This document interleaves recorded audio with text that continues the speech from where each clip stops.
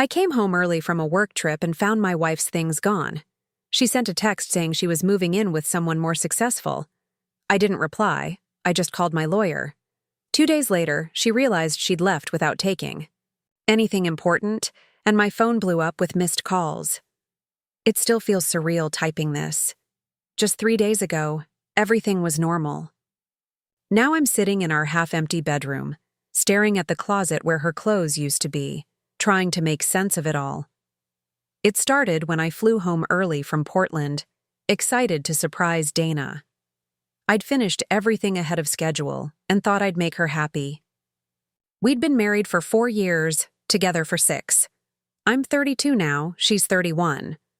The first odd thing was her car wasn't in the driveway. Not a huge deal, she'd been hitting the gym often. But when I walked in, something felt off. You know, that weird feeling when you sense something's changed? I called her name. Nothing. Silence that felt heavier than usual. I walked into our bedroom and froze. Her side of the closet was completely cleared. Not messy, just gone. Her jewelry, skincare, even her essential oil diffuser, all missing. My hands were shaking when I called her, and it went straight to voicemail. Then a text came in. I can't do this anymore. I'm moving in with someone more successful, someone who matches my ambition. My lawyer will reach out about the divorce. I sat on the bed, guess it's mine now, for what felt like hours. I thought about the signs I'd ignored. Lately, she'd been dropping comments about my lack of ambition, constantly comparing our life to her coworker Christian's posts, his trips, Tesla, summer home. I'd try to remind her we were building slowly, on our own terms. She'd just look at me like I was a disappointment. The expensive gym, the luxury YouTubers, the nights out networking and coming home smelling like cologne. It all added up. I didn't freak out or destroy anything. I didn't call her family drunk. I did 3 things. I called my buddy Jared, who's a divorce lawyer. I took photos of the place. I sent Dana one message. My lawyer will be in touch. Then I poured a drink, opened my laptop, and made a list. Bank accounts, credit cards, passwords, lease, phone plans, everything we shared. Her mom called that night. I didn't answer. Her sister Kira texted. Again, I didn't reply. At midnight, Dana started blowing up my phone. Jeremy, please talk to me. You're being cold. I deserve better than this. Christian says ignoring me is manipulative. I turned off notifications and kept working. By 3 a.m., I had our financial situation mapped out and my to-do list ready. The lease is in my name. So are the utilities. Her name's still on our joint accounts. A mistake on her part. I always thought I'd fall apart if this happened. But instead, I feel calm, focused. Like watching a movie where the plot twist finally makes sense. Tomorrow I meet Jared to officially start the process. I've already packed away the last photos of us, changed the Netflix password, and ordered a new front door keypad. The craziest part? She forgot all her important documents. Passport, birth certificate, social security card. They're still in the safe. I'm sure that'll be a fun surprise for her. I keep expecting to fall apart, to cry, or beg her to come back. But I don't feel that. I just feel ready to deal with whatever's next. I'll update when there's something new.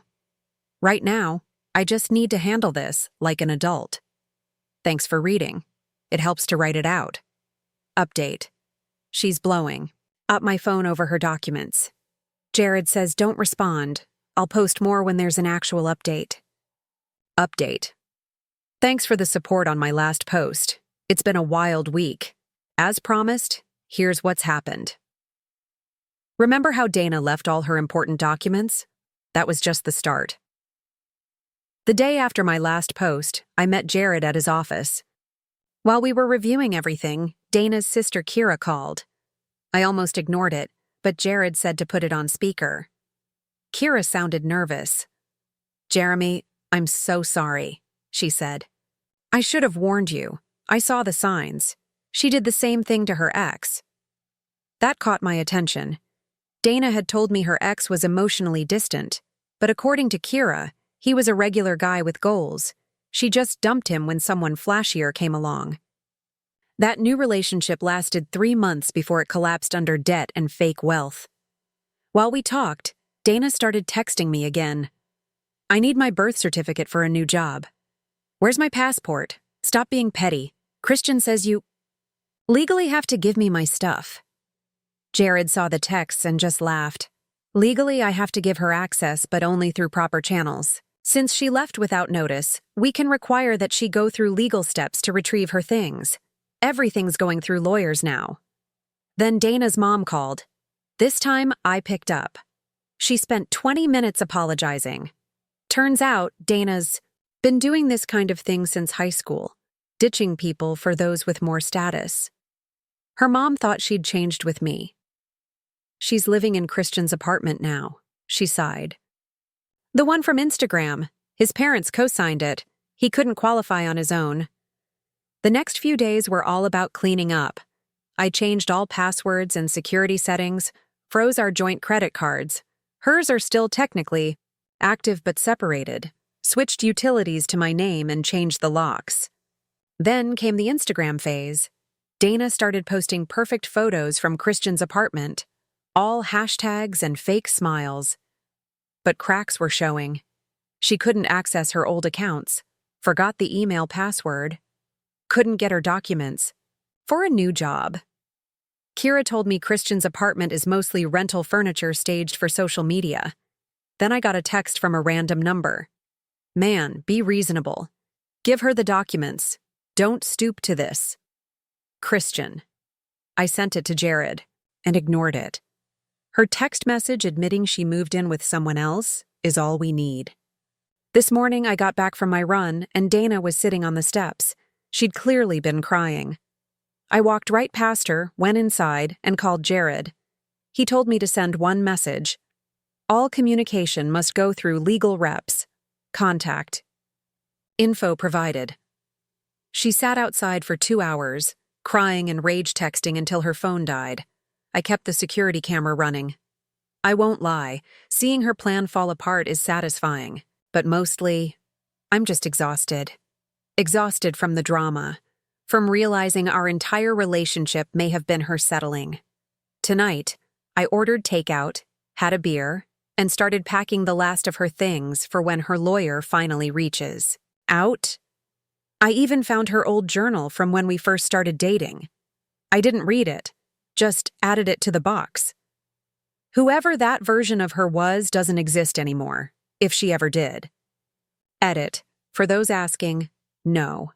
I haven't touched her documents. They're safe. They'll be handled legally. Update. Her lawyer finally reached out.